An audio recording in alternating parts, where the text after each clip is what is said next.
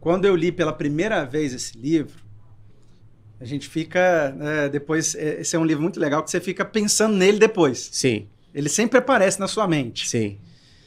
E aí, eu comecei a pensar nesses 6 medos que ele coloca aí, e aí lembrando também, exatamente nos 6 medos, no livro de Jó, que vem antes de Salmo, que é um livro de sabedoria, né? Não é um livro de história. Muita gente confunde o livro de Jó com um livro de história, é um livro de sabedoria. Ele vai mostrar ali o que é a vida. E na minha concepção, acho que o Napoleão Hill, ele leu o livro de Jó e depois escreveu esse livro. Caraca. Porque tudo o que ele diz que o diabo usa para diminuir as pessoas, para fazer as pessoas fracassarem, Jó passou. Ficou pobre de um dia para a noite. Medo da pobreza. Né? Perdeu todos os filhos. Caraca. Ficou doente, muito doente. Né? Ele foi tocado na sua saúde. Diz lá a Bíblia que ele era tão... as pessoas tinham repugnância dele, tão mau cheiro que ele tinha. Ele se raspava ali as feridas. Né? Então, quer dizer, você já ouviu muita gente falar assim, Deus me livre de ficar numa cama doente. Eu já ouvi gente dizer assim, prefiro morrer. Então, é um medo. Ele passou por isso, rejeitado. Os amigos criticavam. O amor da sua vida não o ajudou. Era a sua esposa. Por que você não se amaldiçoa? Amaldiçoa a sua fé e morre. Ele amaldiçoou o dia do seu nascimento. Então, todos esses medos, se a gente pudesse elencar, Jó passou. Então, você quer aí contribuir ou buscar a fonte do Napoleão Hill, lê o livro de Jó e você vai ver que o diabo ali, ele vai de fato trabalhar nessas 6 áreas para mostrar e para tentar provar para Deus, né, no livro de Jó, de que o ser humano não é capaz de vencer esses medos. O medo da pobreza. Ficou pobre. Medo da crítica. Todos os amigos dele falam assim, sabe por que você está assim? Porque você fez alguma coisa de errado. Ah, com certeza você pecou, com certeza. Ele falou, não fiz nada de errado. Sim. Então... Perda da saúde. Nós já falamos. Perda do amor. A mulher.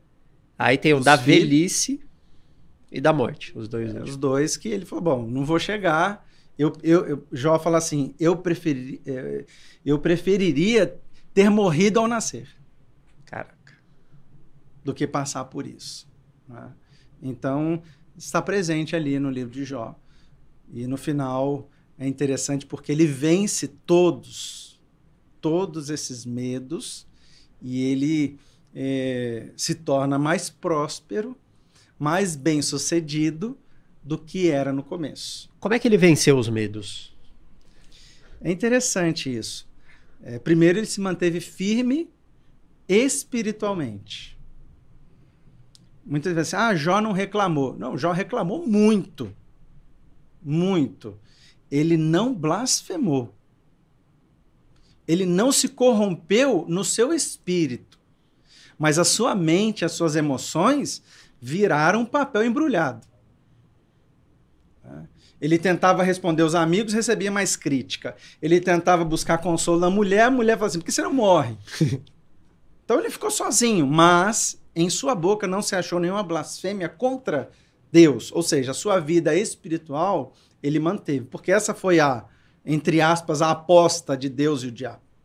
Assim, olha, a mente dele, as emoções dele vão se bagunçar, mas o espírito humano é muito mais forte do que a alma, do que a mente, do que o corpo. Se a alma humana consegue fazer coisas maravilhosas, artes esplendorosas, manda telescópio para galáxias distantes, o espírito humano é infinitamente maior do que a alma. Então ele é capaz de, se ele é ativado e bem direcionado, ele faz coisas muito maiores. Então Jó prevaleceu no seu espírito, na sua parte imaterial, como algumas pessoas dizem aí, no seu contato com o outro, com o divino, Né? Então, isso o manteve vivo, manteve a chama da sua essência. Nós somos seres espirituais. E se nós soubermos usar bem isso, nós conseguimos vencer qualquer coisa, Elias. Top demais.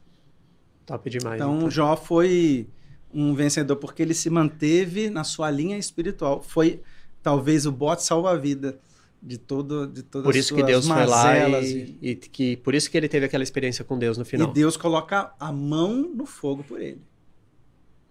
Caraca.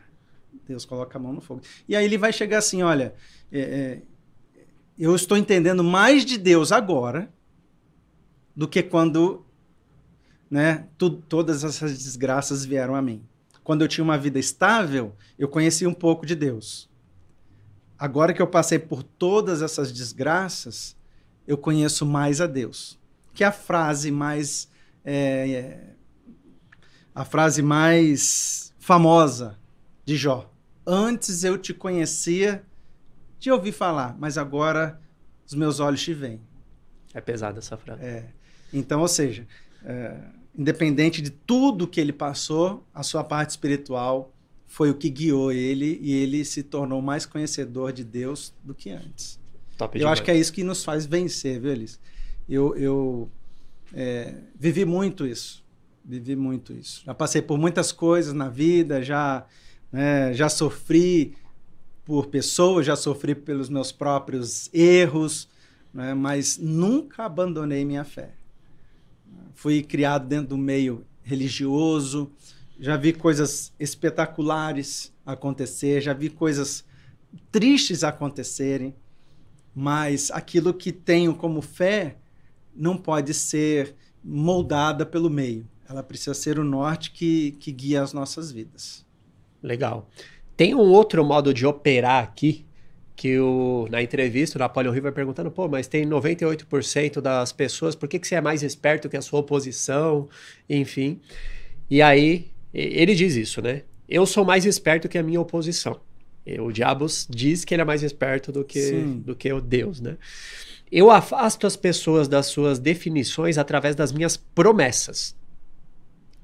Promessas. Então ele faz promessas. Como você pode ver, eu controlo mais pessoas do que a minha posição porque eu sou o melhor vendedor. E também um grande showman. Eu atraio as pessoas alimentando-as deliberadamente com seus próprios hábitos de pensamento no quais elas se satisfazem. É assim que o diabo opera? Perfeito.